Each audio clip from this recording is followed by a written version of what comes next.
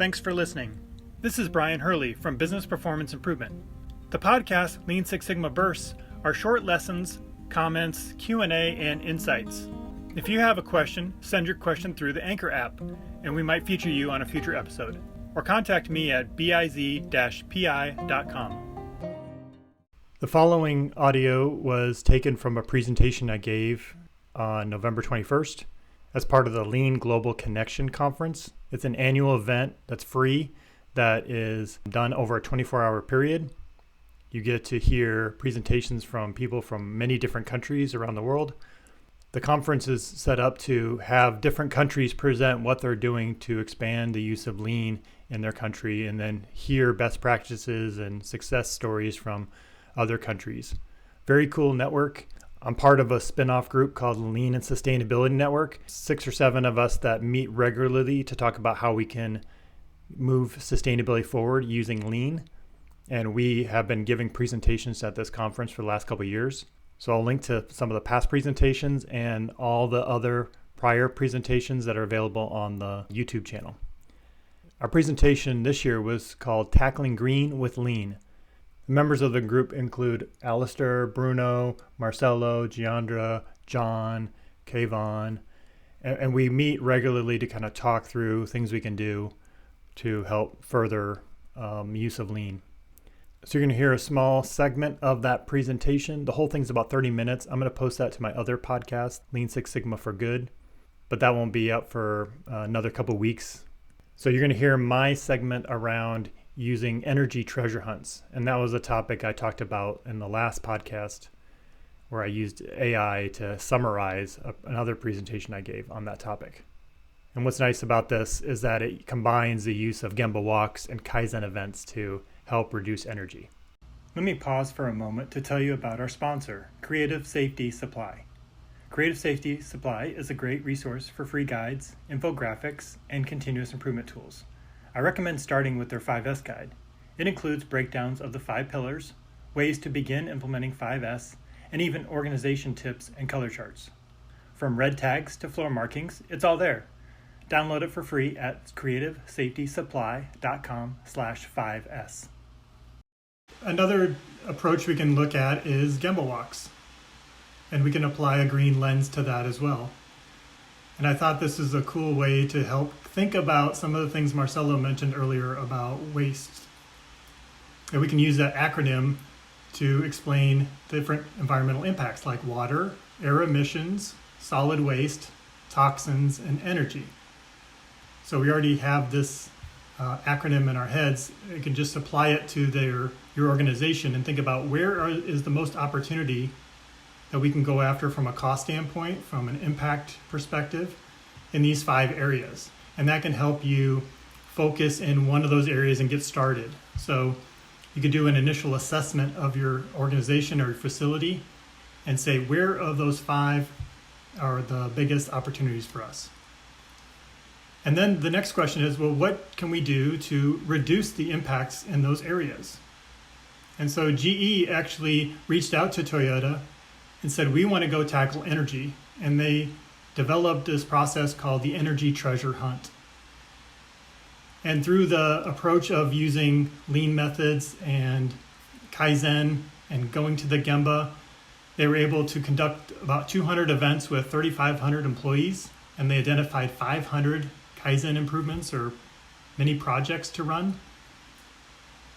The potential reduction, if they implemented all of those, would be about 700,000 metric tons of greenhouse gas emissions and about $111 million. And so when I was at Rockwell Collins, or now Collins Aerospace, we took that model and we applied that and did 6 different events like this. We called them Energy Go and See. But through those 6 events, we were able to engage employees in identifying energy reduction improvements and found about $200,000 of opportunity. So there's an article that will link to the GE Toyota collaboration around this. And then the EPA has some examples and data around the lean energy and climate toolkit that talks about this approach as well. So the energy treasure hunts is a way for employees and managers to walk around the gemba together in their work area and identify how energy is being used, and use the kaizen event format as a way to conduct that activity. And this is often areas that people don't always pay attention to or notice. A lot of times energy and water and these other impacts are happening near the gemba, but they're not visible. They're inside the walls or above in the ceiling or down underground. And so all we see is pipes or water lines and electrical outlets. But we don't think about the energy and the resources that go into our processes that are doing the value-added work. So through this approach, we can identify low-hanging fruit, which is a lot of the behavior-based activities. And that can help teams save energy in their area. And they're the ones who know that work and what things can be done easily and maybe some of the things that aren't as easy to implement. So what we're doing in these events is teaching and engaging the employees to understand the electric bill, the energy costs, the usage and the patterns over the year and throughout the week and month, identify goals. Maybe there's a company goal for cost reduction or energy reduction, and help come up with those opportunities. And it's a little different than an energy audit where you would have experts come in and look at equipment and say, this is outdated, or you could replace this. Those are usually capital intensive. Whereas the improvements that are identified here may not cost much money or no cost at all. So here's a simple overview of that approach, and you'll see it looks similar to something you might have already done. The only twist is how we conduct the gemba walks and what we do in that activity. So first thing, get buy-in from leadership and explain, here's why we're doing this, and here's the business case, and this is the opportunity we have. And then find time to organize, schedule, or prioritize where you're going to focus your efforts. Maybe you pick one section of a building, or you work with a team that's really excited and engaged around this topic. Then we have the actual event, and we don't typically do 5 days. It might just be 2 days, and it's not always all day long. So the key is to observe the process during the gemba, during value-added work happening, but also on the weekends, at night, during off shifts, because there's a lot of wasted energy and opportunities when work is not happening.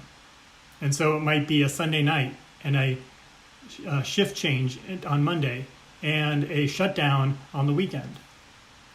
So we look for those times to go do the gemba walks. And then you bring the team back, identify all the opportunities, go through some kind of prioritization activity based on impact and effort, identify maybe 3 key actions that can be taken right away, and then continue to maybe implement others if you can get those 3 done, and track that for another 30, 60, 90 days. The framework should look very similar to you, just like a traditional Kaizen event. And some of the things that were identified in these activities, there's a whole list here, but I'll highlight a couple of them. One is listening for air leaks. So if you have a compressed air system and you have leaks in the hoses, that will create continue to drive energy usage to keep pressure on the system. And based on the size of the air leaks, you can quantify how much energy you're wasting. And so when the building is quiet and people are gone, you can hear those air leaks really well. We also notice a lot of times that the temperature settings might not change or adjust whether people are there or not. So one of the projects I worked on that was a very big cost savings, we did a setback program and were able to turn the temperature down in the winter months because nobody was there, and let the temperature get a little hotter in the summer, and that led to significant savings, hundreds of thousands of US dollars a year. Also, just providing employees with power strips that allow them to just press one button and everything shuts off. Their monitor, their fan, their space heater, all those things with one button instead of having them go and click 5 different things. Trying to make it easy for people to do the right thing. And even looking at stuff like reducing the hot water usage by putting in low flow aerators. there's a lot of energy that is used to heat up hot water. And so the less we can consume, the more energy savings there is. Lean6sigmadefinition.com has a list of glossary items about popular process improvement terms, along with the history of Lean and Six Sigma methods, and key influencers like Dr. Edward Stemming, Henry Ford, Taiichi Ono, Shigeo Shingo, and many more. You can also learn how to access affordable Lean and Six Sigma training and certification. Visit Lean6sigmadefinition.com.